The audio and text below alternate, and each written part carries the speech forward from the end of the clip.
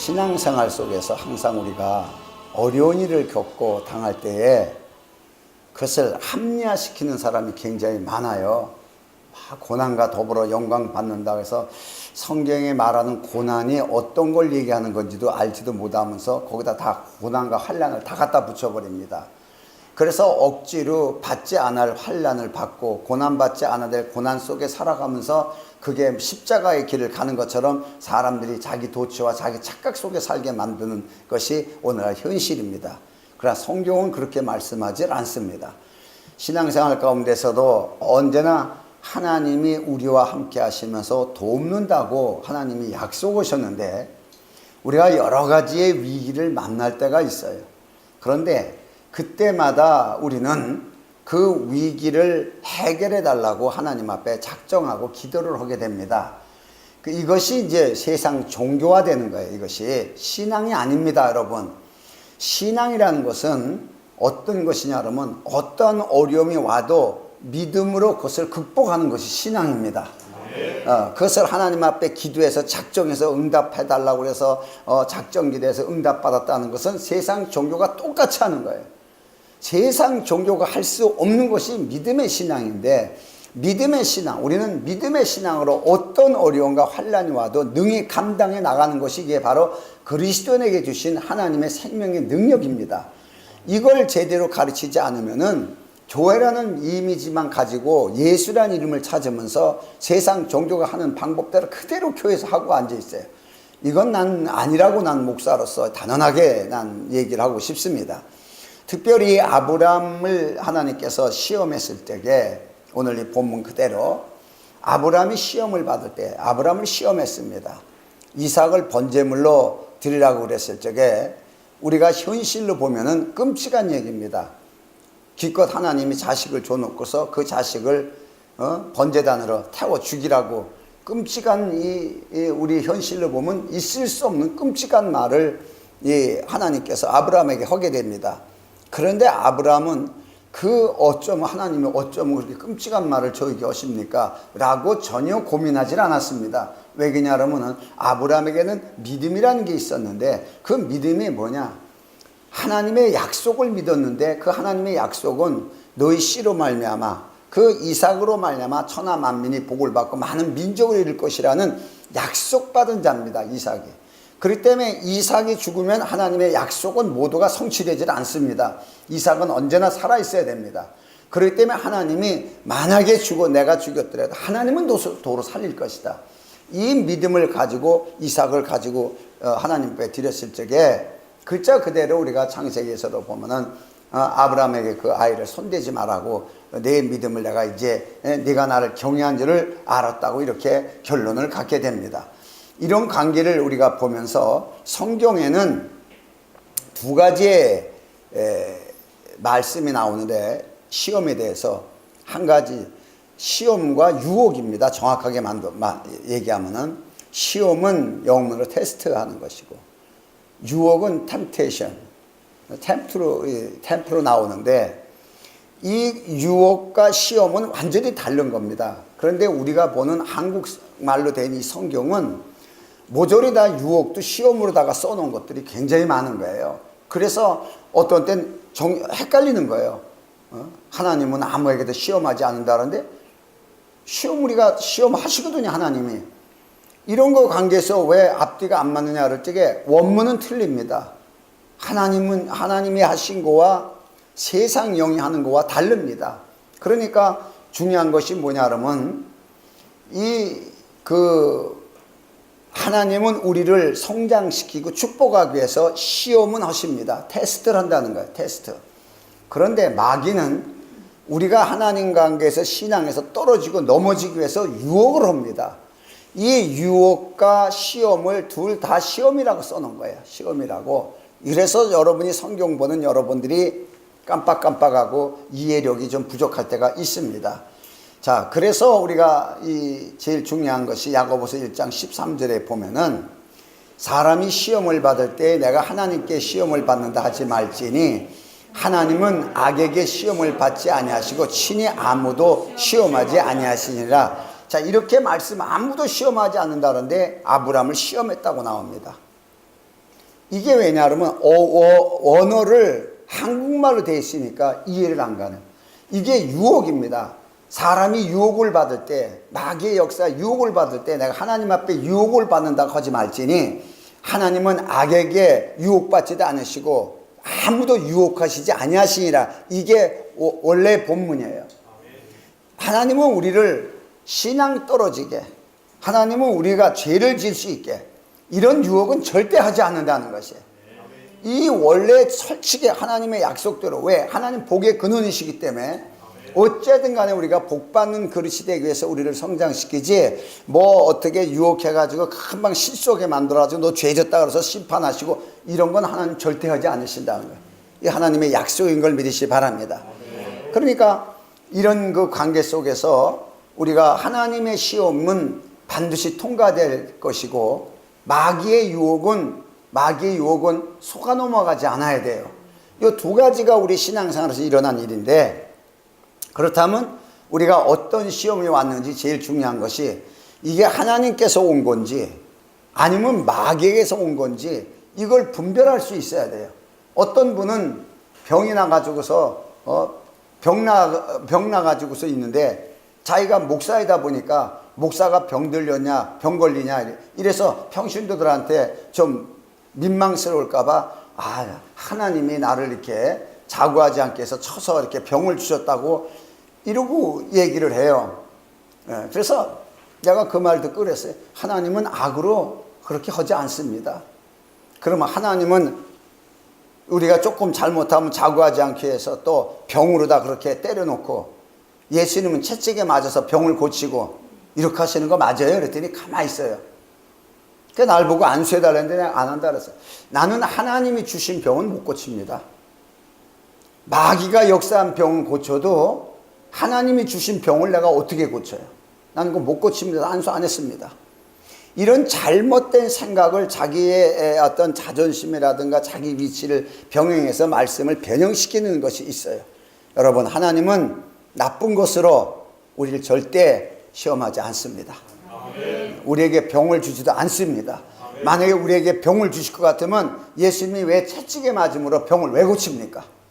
있을 수 없는 말들을 할 적에 그게 무슨 신앙의 어떤 근본처럼 이렇게 생각을 들지만 잘못된 겁니다. 그것이. 자, 이런 걸 보면서 우리가 중요한 건, 하나님의 시험이 왔을 때 이것을 반드시 통과해야 축복으로 바뀝니다. 아브라함처럼. 그런데 이거 그러니까 빨리 지혜로워야 돼. 이게 하나님의 시험인지 마귀 시험인지를 빨리 알아야 되고, 그러면 하나님의 시험이라 그러면 하나님의 속성을 알면 다 알아요. 마귀의 속성과 하나님의 속성이 다릅니다. 하나님은 모든 것을 선으로 이룹니다. 그래서 그 시험에 불합격이 됐어도 거기에 대한 죄의 대가를 묻지 않습니다. 다시 하면 됩니다. 우리가 학교에서 시험 봤을 때 한 번 시험 봐고서 점수가 좀 나쁘다 그래가지고서 학교에서 쫓아내지 않습니다. 다시 공부 가르쳐서 제 시험을 또 보게 하고 자꾸 보게 해서 성장시킵니다. 이게 하나님이 하시는 시험의 테스트라고 해가지고. 그러나 마귀의 시험은 그냥 미끄러져서 그냥 떨어지게 만드는 거예요. 자, 이런 관계인데, 그러니까 하나님은 그런 분이기 때문에 어떤 상황에서도 악으로는 시험하지 않는다는 걸 우리가 알면은, 아브라함이 이삭을 통하여서 이 시험을 받을 때 어떻게 알았냐? 하나님의 약속을 알았어요. 하나님은 이삭을 통하여 반드시 많은 민족을 이룰 것이라고 약속하신 이 약속을 알았습니다. 그러니까 하나님의 시험할 때 하나님의 약속을 먼저 알았기 때문에 이삭을 죽여야 된다는 현실에 도착했을 때 그는 죽어도 하나님은 살린다는 이런 믿음을 가지고 하나님 앞에 나갈 때 아브라함은 근심 걱정하고 나가지 않았습니다. 만약에 이 믿음이 없다면 이 아이를 어떻게 죽여야 되나 슬퍼가지고 3일 길을 가면서 이삭을 볼 때마다 슬퍼가지고 이렇게 했을 것입니다. 그냥 많은 사람들이 아브라함이 얼마나 슬펐겠냐. 이삭을 죽여야 되는데 슬펐어도 하나님을 사랑하는 마음이 앞섰기 때문에 인간의 마음을 배척하고 하나님 앞에 드렸더니 하나님이 축복하셨더라. 이렇게 설교한 분이 있습니다. 여러분, 이 설교 잘못된 겁니다. 아브라함 반드시 믿음으로 이 일을 진행했습니다. 이 관계를 우리가 잘 알아야 되고, 그래서 사람의 이해력을 돕기 위해서 사람의 감성을 섞는 설교가 굉장히 어려운 얘기예요. 설교는 글자 그대로 성경을 풀어주는 겁니다. 우리 성경에서 말씀하신 그대로를 여러분이 알기를 바랍니다. 그래서 아브라함이 믿음으로 이삭을 드렸을 적에 결국은 어떻게 했어요? 하나님의 테스트, 하나님의 시험에 합격된 것입니다. 모리아산에서 합격됐어요. 이때 성경에 보니까 창세기 22장 17절의 말씀을 보면은 내가 네게 큰 복을 주고 네 씨로 크게 성하여 하늘의 별과 같고 바닷가의 모래와 같게 하리니 네 씨가 그 대적의 문을 얻으리라. 아멘. 엄청난 복을 받아요. 대적의 문을 연다는 것은 사단의 세력을 네가 움직이만 들어가기만 다 부셔버린다는 거예요. 네가 가서 치려고 결정만 하면 다 부셔버릴 수 있다는 거예요. 엄청난 복을 이 믿음의 하나님 앞에 하나님의 시험에 합격되니까 이런 엄청난 축복의 역사를 아브라함이 받게 되는 것입니다. 자, 이런 걸 다시 한번 살펴보면서 하나님은 우리가 항상 복을 주시게 해요. 언제든지 우리에게 여러 가지 모양을 놓고 시험을 합니다. 그러나 그 시험에 혹시 불합격됐어도 그것이 죄라고 해서 거기에 대가로 안 좋은 걸 대가로 우리에게 얻게끔 하지는 않습니다. 우리에게 오는 악한 것들은 전부 다가 사단이 역사하신 거예요. 역사하신 게 아니라 한 겁니다. 그러니까 이 성경에도 욥기서에 보면은 욥에게 굉장히 나쁜 영향이 많이 오는데 그걸 다 누가 한 거예요? 마귀가 한 것입니다. 그러니까 어떤 분은 하나님이 허락하니까 마귀가 한 거 아니냐, 마귀가 한 거면 하나님이 허락했으니까 결국은 하나님이 하신 게 아니냐, 이렇게 설명을 하는 사람이 있었습니다. 여러분, 하나님이 왜 허락할 수밖에 없었냐는 것을 욥이라는 사람을 알아야 됩니다. 하나님이 허락할 수밖에, 그 악한 마귀가 역사해도 하나님이 그것을 못하게 할 수 있는 방법이 없습니다. 왜? 욥과 하나님의 관계가 서질 못했습니다. 그래서 성경에 가장 많이 하나님이 회개시킨 사람이 욥입니다. 내가 그분한테 그렇게 얘기하니까 깜짝 놀라는 거예요. 성경에서 최고로 우리보다 더 크게, 베드로보다 더 크게 회개시킨 사람이 욥입니다. 이 정도로 하나님의 관계가 잘못됐기 때문에 사단이 그냥 그렇게 역사하는 것을 그것이 하나님이 하신 것처럼 욥도 알았다는 사실이에요. 하나님은 욥에게 그 마지막에 회개시킬 때 그래요. 악한 것으로 하지 않는다는 거예요. 잘못된 신앙관을 바꿔주는 거예요. 욥의 잘못된 신앙 때문에 사단의 역사에 당하는 것을 보고 하나님이 하셨다 이렇게 얘기한 사람이 있었습니다.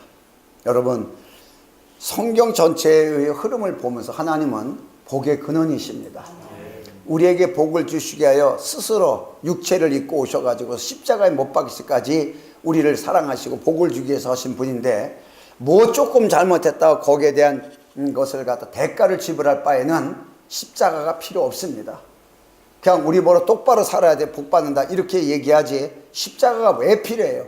십자가는 우리가 잘못 사는 걸 모든 죄를 십자가에다 넘겨주고 누구든지 죄값으로 인하여 불이익을 당하지 않고 오직 그 죄값을 모두 사하신 그리스도를 믿음으로 복받는 자의 삶을 살기 위해서 하나님이 하신 역사예요.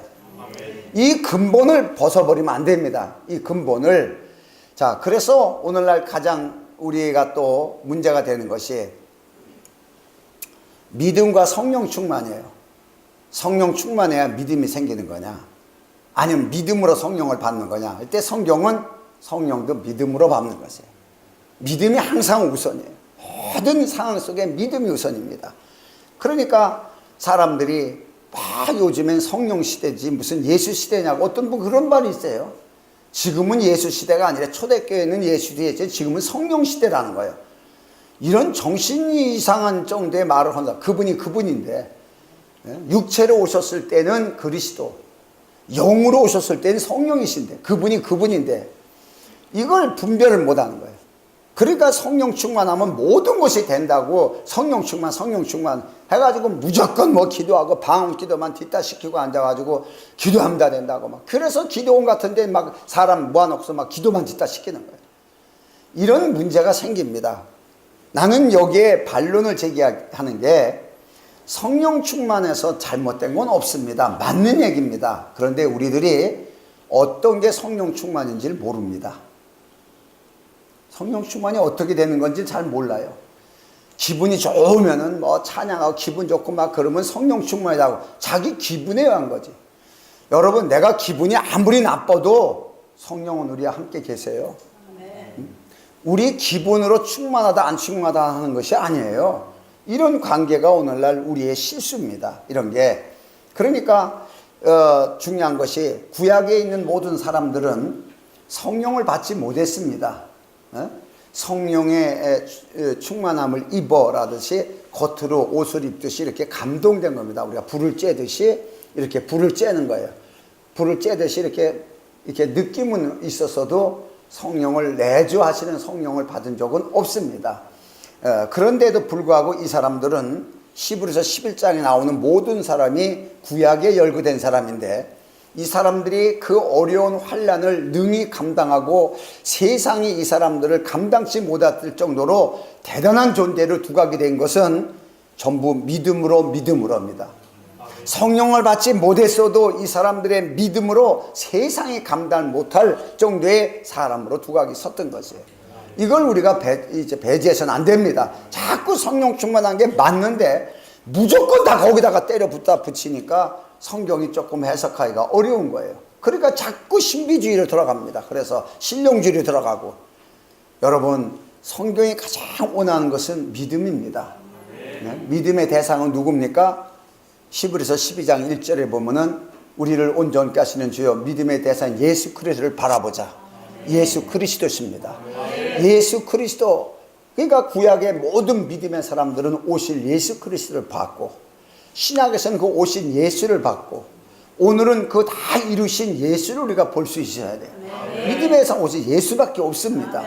그러니까 오직 예수라 그러면서도 이걸 모르는 분들이 꽤 있어요. 자, 이런 관계 속에서 히브리서 11장 39절의 말씀은 구약 사람들을 어떻게 정의를 했느냐. 이 사람들이 다 믿음으로 말미암아 증거를 받았으나 증거를 받아서 믿음에 대한 결과를 얻었다는 거예요.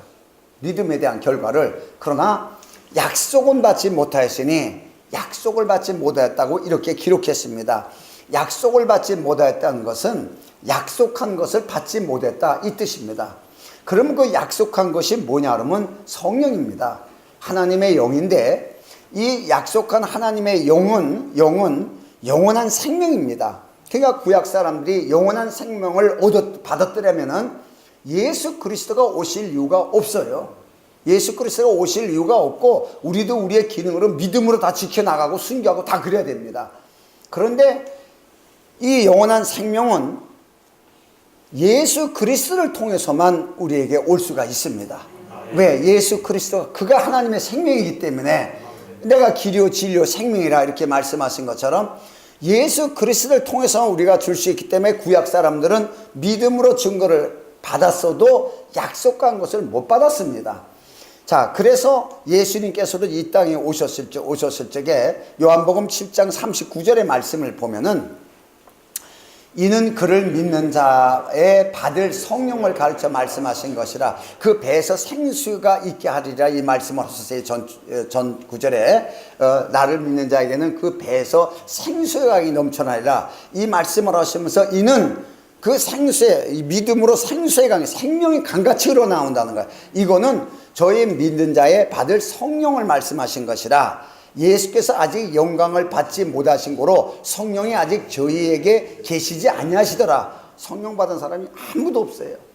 이건 예수께서 부활하시고 승천하셔야 가능합니다. 다시 말해서 아브라함이 대적의 문을 열 수 있는 그 무한한 축복의 역사는 바로 죽은 자 가운데 다시 받은 이삭처럼 그리스도가 죽고 부활해야 하고서 우리한테 다시 오셔야 가능한 얘기입니다. 이게 구약의 그림자입니다. 아브라함을 통해서.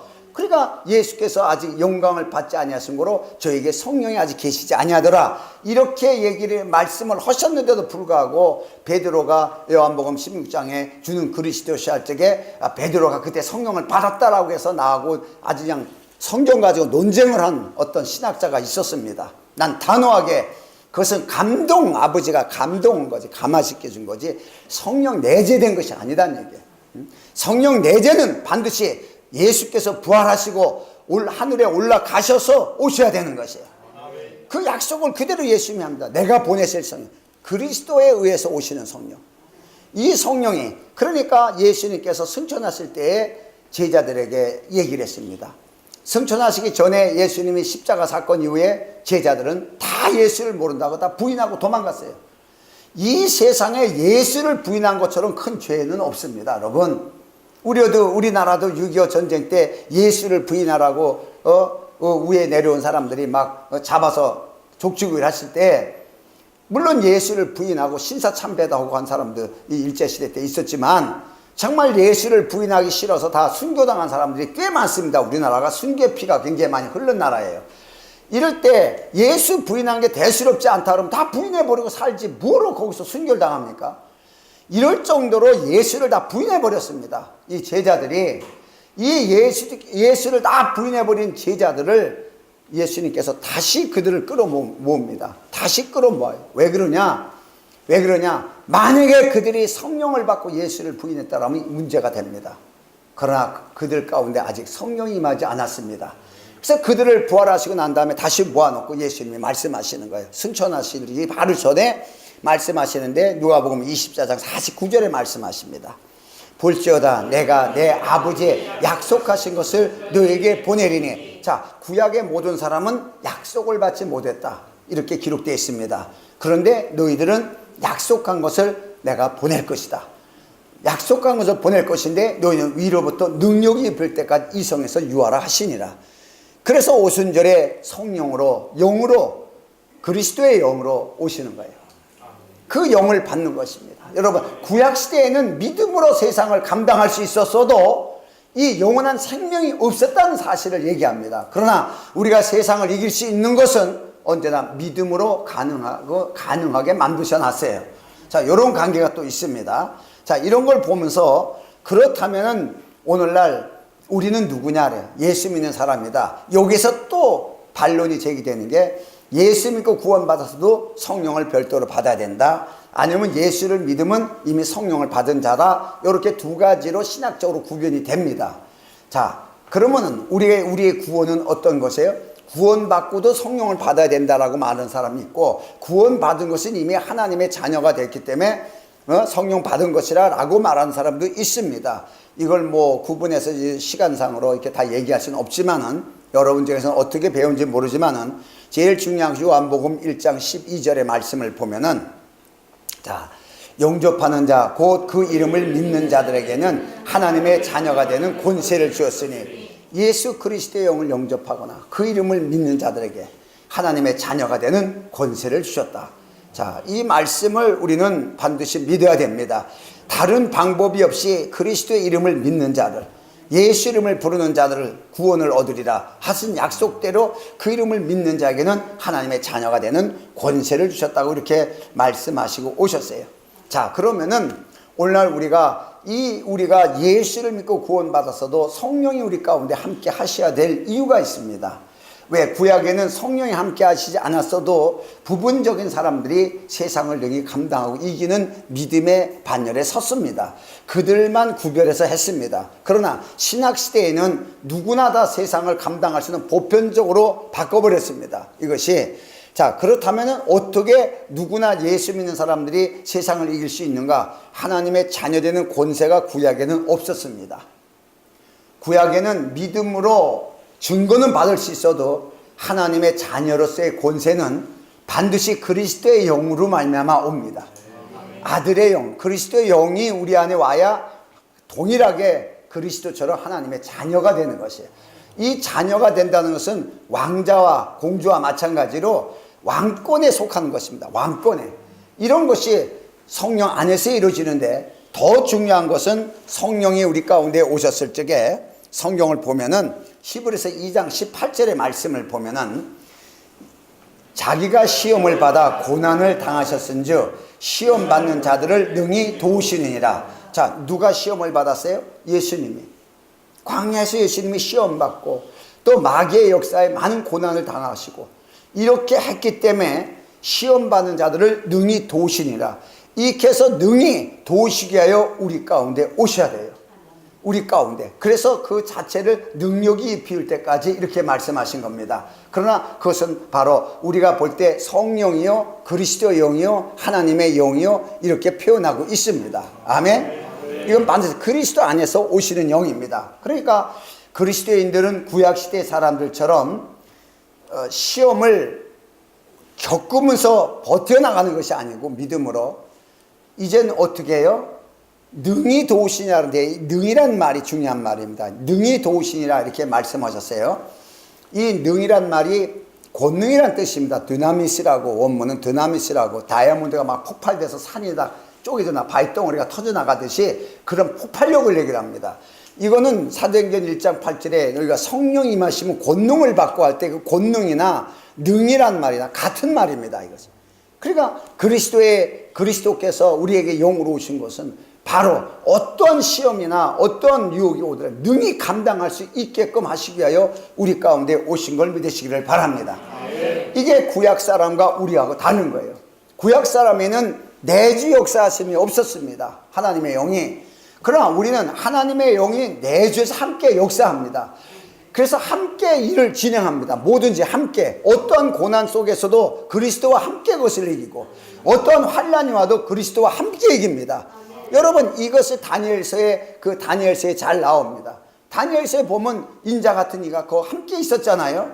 같이 있습니다. 언제나 우리가 믿는 그리스도가 그 영으로 우리와 함께 계십니다.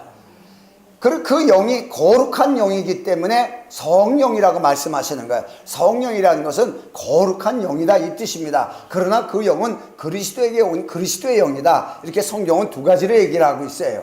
자, 요걸 잘 보면서 정말 우리가 하나님의 말씀에 의해서 믿음을 가졌다면은 어떤 어려움도 우리는 능히 극복해서 역전시킬 수 있는 힘이 그리스도인들에게만 있습니다.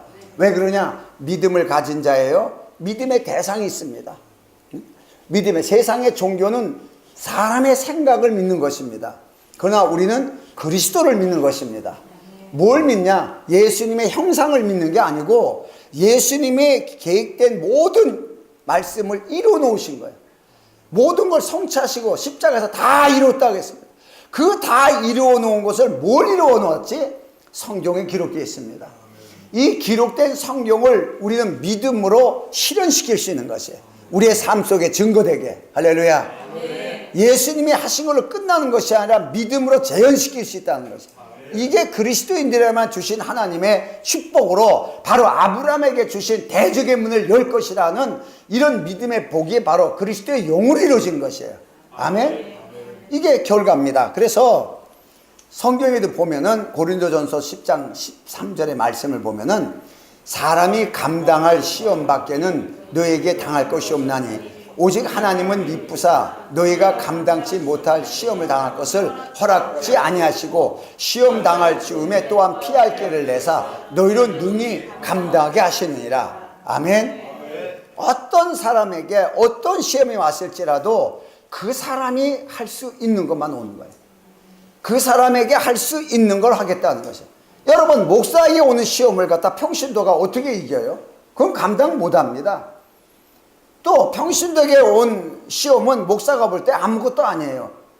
각 사람에게 그 위치에게 할 수 있는 것만 하시겠다고 이렇게 약속하셨습니다. 그러니까 우리가 성경을 보면 욥이 하나님 앞에 그렇게 많이 회개를 해야 될 정도로 잘못된 신앙을 가지고 있었습니다. 그 잘못된 신앙과는 언제나 마귀의 공격의 대상이 됩니다. 여러분, 지금도 마찬가지입니다. 그러나 바른 신앙은 빛이기 때문에 어둠이 틈타지 못합니다. 그러나 하나님과의 관계에서 잘못된 신앙은 이미 어둠이 지배받기 때문에 사단이 마음대로 할 수 있습니다. 그런데도 하나님의 은혜가 임해서 그 욥을 칠 때도 별걸 다 건드려도 욥의 목숨만은 못 건드리게 하나님이 욥에게 마지막 은혜를 베푸십니다. 여기서 2장 6절의 말씀을 보면은 여호와께서 사단에게 이르시되 내가 그를 내 손에 붙이노라 오직 그의 생명은 해하지 말지니라. 못하게 딱 막아버립니다. 그리고 결국은 하나님이 욥을 회개시켜서 다시 회복시킵니다. 여러분, 이 사건을 이렇게 보면서 지금도 어떤 시험이 와도 욥처럼 사단의 역사로 우리 그리스도인들이 욥처럼 사단의 역사로 그냥 막 당하면서 목숨만은 하나님이 해야지 않기 때문에 목숨만을 살아가지고 간들간들하게 살아가는 것이 아니라 지금은 아닙니다. 지금은 예수께서 그 예수 그리스도의 영으로 성령으로 능히 감당할 수 있게끔 하셨습니다. 이게 다른 거예요. 구약에는 온갖 고난 속에서 믿음으로 감당해야 됩니다. 그러나 신약시대에 와서 그리스도 안에 있는 우리들은 그 성령으로 말미암아 능히 감당할 수 있도록 이렇게 하신 것이 바로 구약과 지금이 다른 차이예요. 이 신앙이 다른 것입니다. 이 관계를 잘 봐야 우리가 알 수가 있어요. 그러니까 오늘 이 말씀을 보면은 어떤 사람에게 어떤 시험이 오든지 하나님의 눈으로 볼 땐 다 감당할 수 있는 거예요. 다 감당할 수 있는 거야. 만약에 못해도 내가 피하게 해준다는 거야. 그래서 네가 능히 감당할 수 있다. 능이란 말을 또 씁니다. 얼마든지 네가 파워풀하게, 네가 얼마든지 꼬리가 되지 않고 머리가 돼서 지도하고 나갈 것이다. 이런 말씀이에요. 아멘. 그러니까 각 사람의 시험을 보고 평가하지 말라는 얘기예요. 왜? 그 사람이 할 수 있는 거예요. 난 내게 온 건 내가 할 수 있는 것이에요. 그런 걸 보고서 무슨 뭐 죄 때문에 그렇다는 또 예언기도 하고 뭐 이런 잡다한 무당 같은 사람들이 있습니다. 여러분 절대 현혹되지 마시고 어떤 시험이 오든지 감당하게끔 여러분이 하게끔 이미 될 수 있는 것만 하나님이 허락하십니다. 예. 다음에 우리가 그 오는 그 여러 가지 시험을 이제 하나님이 뭘 요구하냐? 그 시험을 아브라함과 같이 축복으로 바꾸라는 것이에요. 하나님이 축복하시는 계기를 바꾸라는 것이에요. 그러니까 오늘날 이 여러 가지 시험이 올 적에 야고보서 1장 2절의 말씀을 보면은 자, 내 형제들아 너희가 여러 가지 시험을 만나거든 온전히 기쁘게 여기라 이렇게 말씀하셨어요. 왜냐? 하나님의 축복할 수 있는 기회, 하나님이 그걸 통해서 축복하시기 위한 것이니까. 응? 이 관계를 우리가 잘 알아야 돼요. 이걸 알아야 우리가 요것만 버텨나가면은 요것만 넘어가면 하나님 또 축복하시는구나. 또 성장되는 게 그만큼 또 성장되고. 자, 이런 걸 보면서 다윗은 하나님의 여러 가지 다윗처럼 고난을 많이 당한 사람이 없어요. 그런데 그 고난 속에서도 이 다윗은 하나님과의 관계된 믿음의 신앙을 가졌습니다.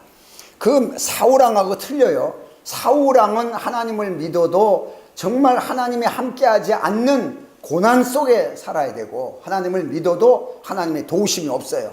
그러나 다윗은 언제나 하나님이 도우심이 있어요.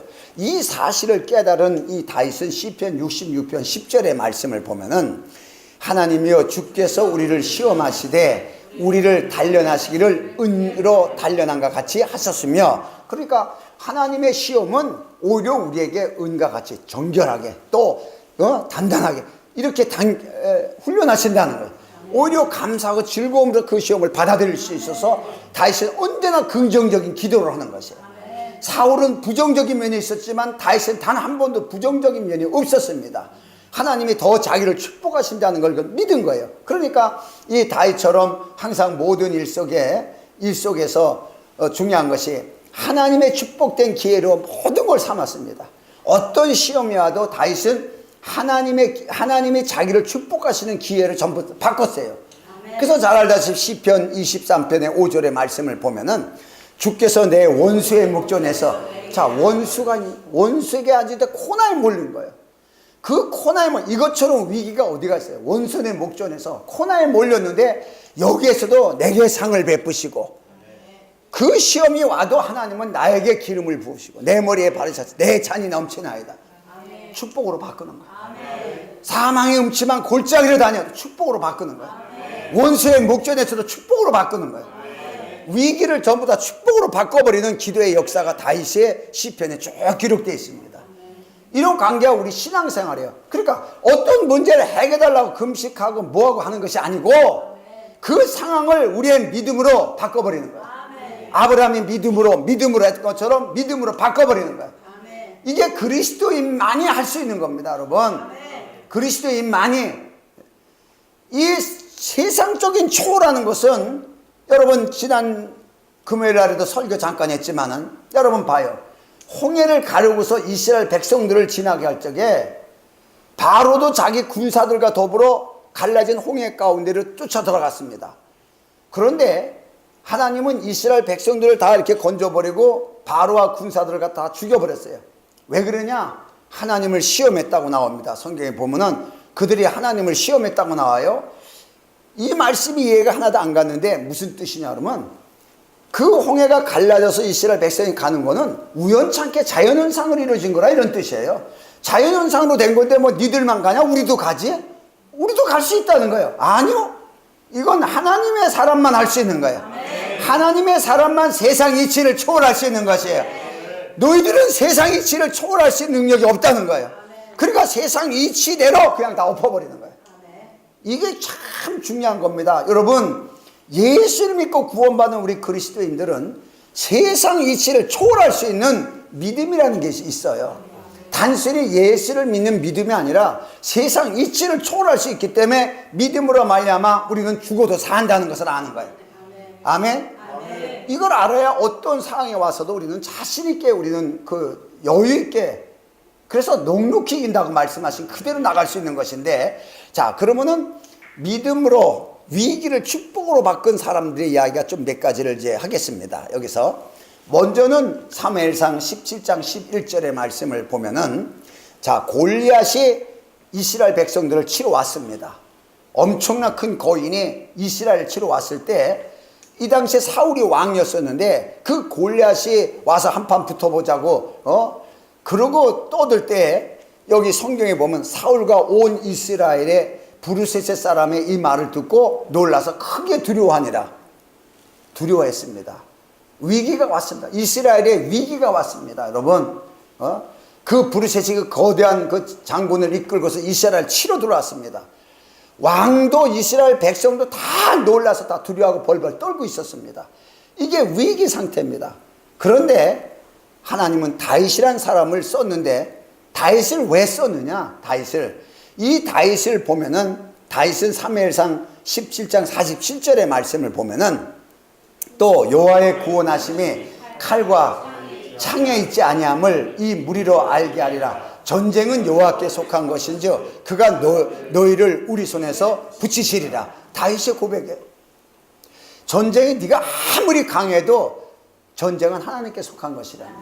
하나님께 속한 것이고, 이스라엘은 하나님의 선택받은 민족이기 때문에 세상 어떤 민족에게도 지지 않는다는 거죠. 이 하나님의 약속된 언약의 약속을 믿고 다윗이 나갑니다.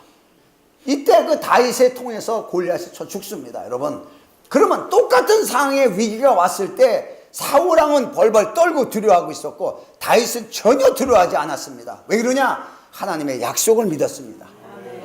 자, 그래서 그 위기를 통해서 축복의 역사로 바꿔버린 게 다윗입니다. 이 바람에 다윗을 쫓는 사람들이 생기고 다윗이 왕으로 다시 세우는데 부족함이 없게끔 그 역사가 이루어지기 시작합니다. 자, 이런 관계예요. 또 우리가 두 번째로 잘 얘기하던 정탐꾼 사건입니다. 여러분, 정탐꾼 사건에 그 정탐하러 12명을 보내서 가나안 땅으로 들여보냈을 적에 그 정탐하고 온 사람 중에 10명이 어땠어요? 난리가 났습니다. 큰일 났어요. 이제 다 죽었어요. 완전히 위기가 닥친 겁니다. 이거. 그러니까 성경에도 이 보면은 민수기 14장 1절에 보면은 온 회중이 소리를 높여 부르짖으며 밤새도록 백성이 통곡하더라. 이렇게 돼버렸어요. 열 정탐꾼이 와서 와, 이건 싸움하면 안 돼. 이건 도저히 불가능한 얘기야. 어떻게 이런 불가능한 사람들하고 싸우라고 우리를 여기 보냈는지, 우리 다 죽이려고 하나님이 작정이 모양이다. 이러고 다 가서 전하니까 온 회중이 전부 다 그냥 와서, 얼마나 원통하고 어려운 일이었으면은 밤새도록 백성이 곡하였더라. 성경이 이렇게 온 백성이 기뻐서 소리 지르는 게 아니고 곡소리로 날리는 거야. 이스라엘 백성이 전부 곡소리가 나는 거야. 하나님이 보니까 전부 울음바다가 돼버린 거야. 이스라엘 자손이 다 모세와 아론을 원망하며 온 회중이 그들에게 이르되 우리가 애굽 땅에서 죽었거니와 이 광야에서 죽었더라면 좋았을 것을, 왜 고생하고 광야를 건너서 여기까지 뭐로 오냐 이게. 차라리 죽으려면 애굽 땅에서 죽이든가 여기까지 뭐로 죽냐 이게.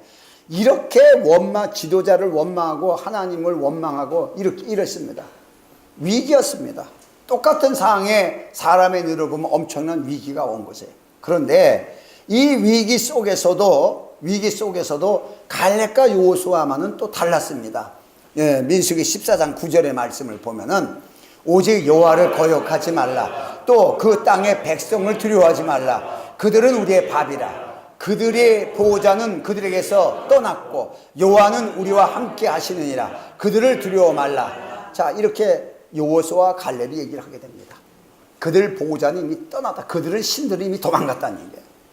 도와줄 사람 없다는 게 아니라 우리는 하나님이 우리와 함께하고 오히려 저거 우리 거다. 저거 우리 땅이다. 우리 밥이다. 참 이 위기 속에서 긍정을 봅니다. 이 위기 속에서 다 큰일 났다고 난리치고 밤새도록 곡하고 우는데 오히려 하나님의 역사를 말하고 오히려 복받을 일이라고 그들은 우리 밥이다. 하나님의 만천상이다. 이렇게 말할 정도로 믿음을 얘기를 합니다. 여러분, 이게 우리의 현실입니다. 여러분, 어렵고 정말 말로 할 수 없는 극단 상황에 왔을 때 정말 여러분은 믿음의 언어를 말할 수 있는 것인가? 이게 중요한 거죠. 우리의 신앙을 말할 수 있는 거예요. 하나님 앞에 보이는 건 신앙을 보이는 거지 우리의 모습 보이는 거 아니에요. 우리의 현재의 모습보다 신앙을 고백하는 거예요. 이것을 제일 잘한 자가 다윗이었습니다. 그 신앙 고백이 시편에 기록돼 가지고 우리에게 지금도 보여주잖아요. 왜? 너희들 같이 똑같이 다윗도 이런 환난을 당했다. 그러나 다윗은 그때마다 항상 신앙을 고백했다. 신앙이 뭐냐? 믿음으로 하나님의 약속을 보는 것이다. 이걸 얘기를 하는 거예요. 오늘 우리가 성경을 봅니다. 성경을 배웁니다. 여기서 우리가 신앙을 통해서 우리가 언제든지 약속된 하나님의 믿음을 말할 수 있다면은 세상은 우리를 감당할 수가 없습니다. 이게 하나님이 만드신 법입니다. 할렐루야. 이미 그리스도인들을 구원받은 자를 세상이 이길 수 없습니다. 이건 이미 해놓으신 거예요. 해놓으신 거. 이미 하나님의 나라의 시민권을 우리에게 줘버렸습니다. 땅이 우리를 건들지 못하게 땅하고 소속의 땅의 소속이 아니라 하나님의 나라의 소속자라는 것을 이미 하나님이 해버렸어요. 그렇기 때문에 땅이 우리를 주관할 수가 없습니다. 우리의 머리가 될 수가 없습니다. 이걸 우리가 알고 언제든지 우리는 믿음의 말을 할 수가 있는 것이에요. 자, 두 번째, 세 번째로 가나안 전쟁 날 때예요. 가나안 전쟁이 터져 나올 때 이 가나안 사람과 이스라엘 사람이 전쟁이 시작할 때 그 중간에 하나가 나옵니다. 기생 라합이라는 여자가 나옵니다. 가나안 사람들이 전부 전쟁이 나니까 난리가 났습니다. 이스라엘이 쳐들어오니까 이때 굉장한 위기에 접해버렸습니다. 그런데 이런 위기 속에서도 기생 라합은 그 정탐꾼이 왔을 때 오히려 그 위기를 축복으로 바꿔버리는 역사가 나옵니다. 보면 여호수아서 2장 12절의 말씀을 보면은 먼저 2장 8절에서 9절의 말씀을 보면은 정탐꾼을 먼저 보냅니다. 정탐꾼을 먼저 보내는데 그 정탐꾼이 기생 라합의 집에 들어갑니다. 두 사람이 눕기 전에 라합이 지붕에 올라가서 그들에게 이르되 말하되 여호와께서 이 땅을 너에게 주신 줄을 내가 아노라. 너무나 잘 알아요. 우리가 너희를 심히 두려워하고 이 땅 백성이 다 너희 앞에서 간담이 눅나니 지금 다 떨고 있습니다. 이스라엘 백성이 광야를 통과해서 가나안 땅으로 들어올 적에 이미 가나안 땅 사람들은 다 벌벌 떨고 있는데 오히려 이스라엘 사람도 떨고 있는 사람이 있었어요. 예? 다 떨고 있다. 하나님께서 이 땅을 붙여준지 안다는 거예요. 지금 전쟁입니다. 다 싹 죽여버리라 그랬습니다. 그렇죠? 가나안 종족들 다 죽여버리라 그랬어요. 그러면 기생 라합도 거기서 죽어야 됩니다. 그런데 기생 라합은 이 정탐꾼들을 숨겨주면서 약속을 받아냅니다. 가장 큰 위기 때에 가장 큰 축복으로 바꿔지는 역사가 이 기생 라합에게 있습니다. 무엇 때문에? 하나님을 알고 있었습니다. 하나님이 어떤 분이라는 걸 알고 있었습니다. 그 하나님은 상처나지 하나님이시라. 참 이 고백을 하게 됩니다. 그래서 여호수아서 2장 12절의 말씀을 보면 그러므로 청하노니 내가 너희를 선대하였은즉 너희도 내 아버지 집을 선대하여 나의 부모와 남녀 형제와 무릇 그들에게 있는 모든 자를 살려주어 우리의 생명을 주는 데서 건져내기로 이제 여호와로 맹세하고 내게 진실한 표를 내라. 이 약속을 받아냅니다. 그들을 살려주고 고발 안 하고 살려주고 숨겨주는 대신에 우리도 살려달라. 우리뿐만 아니라 우리 형제들 우리 가족까지 다 살려달라. 이 약속을 받아냅니다. 이 약속대로 이들은 살아납니다. 이게 어떤 시대예요? 지금 우리가 전쟁 난다 그러면 어떡하겠어요? 전쟁 나는 시대예요.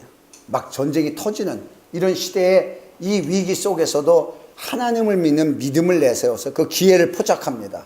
기회를 움켜잡고 다 자기 가족을 살려내는 역할을 이 나압이 하게 됩니다. 여러분, 나중에 한 얘기지만 이 나압이 어떻게 해요? 나압이란 사람이 다윗의 조상이 됩니다. 대단한 이 위치에 이 여자가 들어갑니다. 이 기생짓한 여자가. 여러분, 하나님은 우리의 신분을 보지 않습니다. 신앙을 보고 있습니다. 기생나압의 신앙을 봤습니다. 바꿔버렸습니다. 또 우리가 또 하나 찾아봐야 될 사람은 가장 하나님을 알고 이스라엘 백성으로서 참 지혜로운 자와 미련한 두 사람의 이야기가 나오는데, 사무엘상 25장 11절에 보면은 자, 아비가일과 나발이란 사람의 이야기가 나옵니다. 그 다윗이 전쟁통에 그 먹을 게 없어가지고 나발이란 사람한테 와가지고 먹을 걸 좀 구하게 됩니다. 그 나발이란 사람이 왕으로 취급도 않습니다. 다윗을. 이세 아들 저가 뭘 했길래 나한테 와서 이런 걸 청하냐. 굉장히 무시해 버립니다. 그러니까 다윗이 그 말을, 부하들이 전가라는 말을 듣고 군사 400명을 동원해가지고 그 집안을 다 싹 죽여버리겠다고 이미 선언을 해버렸습니다. 그래서 다 칼을 차고 가자. 다 죽여버리려고 하는 딱 그 순간에 이 아비가일이라는 여자가 나발의 아내인데 그 소식을, 거절했다는 소식을 듣고 벌써 어떻게 해야 될 것이라는 걸 빨리 깨닫습니다. 그래서 이 먹을 것을 다 챙겨가지고서 가지고 오게 됩니다. 그러나 이 나발은 어때요? 내가 어찌 내 떡과 물과 내 양털 깎는 자를 위해서 다윗을 그냥 양털 깎는 자, 아주 무식한 사람으로 보는 거예요. 그 무식한 자가 그런 자에게 내 잡은 고기를 가져 어디서인지도 알지 못하는 자들에게 주겠느냐. 그 무슨 하나님을 믿는 사람이냐. 그 어디서 온지도 알지도 못하는 것들인데 이렇게 무시당합니다. 다윗이. 사울왕은 귀족 출신이기 때문에 별로 무시를 안 당합니다. 그러나 다윗은 천민 출신입니다. 그렇기 때문에 사람들에게 참 무시당했었습니다. 그 중에 한 사람입니다. 이 나발도. 이렇게 무시하는 나발에게 대해서 아비가일은 그렇지 않았습니다. 아비가일은 다윗의 보호하심을 알았습니다. 아비가일은. 그래서 아비가일은 먹을 걸 다 챙겨가지고서 어떻게 해요? 그 가지고 다윗을 가가지고 무마를 시킵니다. 사무엘상 25장 34절의 말씀이에요. 그러니까 다윗이 뭐라 그럽니까? 아비가일한테 나를 막아 너를 해하지 않게 하신 이스라엘의 하나님 여호와의 사심으로 맹세하노니. 그러니까 아비가일에게 맹세하는 거예요. 아비가일이 와가지고 먹을 걸 갖고 와가지고 우리 나발이 밀어내가지고 이렇게 하니까 우리 가족을 살려달라고, 용서해달라고 와서 빕니다. 그러니까 맹세합니다. 내가 급히 와서 나를 용접지 아니하였더라면 밝은 아침에는 과연 나발에게 한 남자도 남겨두지 아니하시리라. 다윗이 그가 가져온 것을 그의 손에서 받고 그에게 이르되 내 집으로 평안히 올라가라. 내가 내 말을 듣고 내 청을 허락하노라. 자, 이렇게 화합을 이뤄냅니다. 그 위기 속에서 축복으로 바꿔버립니다. 참 이 지혜로운 거예요. 그러니까 모든 일 속에 우리는 즉시 이 아비가일처럼 급히 나와서 영접하지 않았다라면 하던 식으로 모든 걸 즉시 실천해야 됩니다. 우리가 감동이 오면 항상 시간 끄는 게 이제 문제가 돼요. 시간을 끄물 것이는 마귀가 그 가운데 딱 올무를 쳐버려요. 막아버립니다. 자, 이런 관계 속에서 결국은 나발이 그 다윗에 대해서 그 잘못된, 그러니까 다시 말해서 다윗의 은혜를 망각하고 사는 나발은 하나님이 제거해 버립니다. 다윗은 그 예수의 그림자죠. 은혜를 망각하고 나발은 제거해 버리고 은혜를 은혜답게 몰고 알고 섬기고 화합하고 하려는 이 아비가일은 다윗의 아내로 세우게 됩니다. 사무엘상 25장 40절에 보면은, 자, 다윗이 그 사안들을 갈멜에 가서 그 아비가일에게 이르되 그에게 일러 가로되 다윗이 당신을 아내로 삼고자 하여 우리를 당신에게 보냈더이다. 그가 일어나 몸을 굽혀 얼굴을 땅에 대고 가로되 내 주의 여종은 내 주의 사안에 발 씻길 종이다 하고 급히 일어나서 나귀를 타고 따르니 처녀 5과 함께 다윗의 사자들을 따라가서 다윗의 아내가 되니라. 아멘.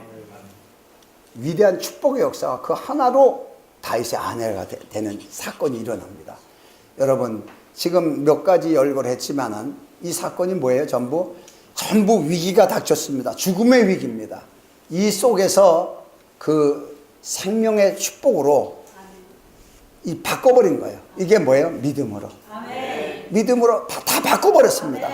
여러분, 어떤 상황도 우리의 믿음은 역전시킬 수가 있는 것이에요. 그러니까 위기를 위기로 보지 않는 것이 우리 그리스도인들이에요.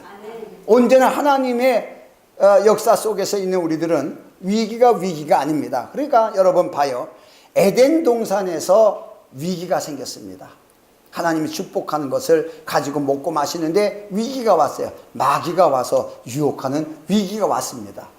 여러분, 에덴 동산에서 하와가 머리가 조금만 좋았더라면은 그 위기를 더 큰 축복을 받을 수 있는 방법으로 바꿨을 것입니다.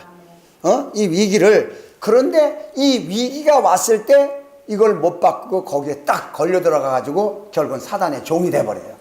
그런데 동일한 우리 인간의 모습으로 오신 예수 그리스도는 동일한 광야에서, 이 광야가 에덴 동산이 폐허가 된 에덴 동산이 광야입니다. 이 광야에서 마귀의 시험을 받을 때 이것을 축복의 기회로 바꿔버립니다. 이게 하와와 예수 그리스도와 다른 점이에요. 동일하게 마귀가 역사할 때 하와는 당했고 예수 그리스도는 이걸 축복의 역사로 바꿔버려서 오히려 아담과 하와가 빼앗긴 이 세상을 되찾아버립니다. 이런 관계. 그러니까 모든 위기는 하나님께서 우리에게 되찾을 수 있는 기회의 역사가 오는 거예요. 아브라함에게 대적의 문을 열 것이라는 건 대적 것을 다 뺏으라는 거예요. 다 되돌려서 되찾으라는 거예요. 자, 그렇듯이 오늘 예수 그리스도의 광야의 시험은 세상의 것이다, 내 것이라는 거예요. 이걸 되찾아버리는 역사가 있어지고, 오늘 그리스도인들이 모두가 뭐예요? 믿음으로 이걸 볼 수 있어야 돼요. 여러분, 그러니까 우리가 어떤 시험이 오나 하나님의 시험이나 마귀의 유혹이나 상관이 없어요. 하나님의 시험은 성장되는 것이고 마귀의 시험은 역전시키는 거예요. 더 좋은 걸 받는 거예요. 어떤 것도 상관이 없습니다. 중요한 건 믿음으로, 우리가 귀신 때문에 그렇다, 마귀 때문에 하지 말라는 얘기예요. 바꿔버리세요. 믿음의 언어로 이걸 바꿔버리면은 모두가 축복입니다. 그러니까 마귀가 통해도 하나님은 축복 줄 것이고 하나님을 통해도 축복받을 것이고, 그래서 들어가도 복을 받고 나가도 복을 받고 안에서도 복을 받고 밖에서도 복을 받고, 그 얘기를 하신 거예요. 이 말씀이 오늘 그리스도인들에게 응하게 이미 예수께서 하셨습니다. 오늘 이런 걸 보고 그래서 항상 우리 언어가 굉장히 조심스럽다. 항상 긍정의 사고, 믿음의 사고가 우리 안에 채워져서, 가득 채워져서 어떤 사건을 만나도 믿음의 언어를 통하여 그 위기를 하나님의 축복의 기회로 바꾸시는 저와 여러분 되시기를 축원합니다. 기도합니다.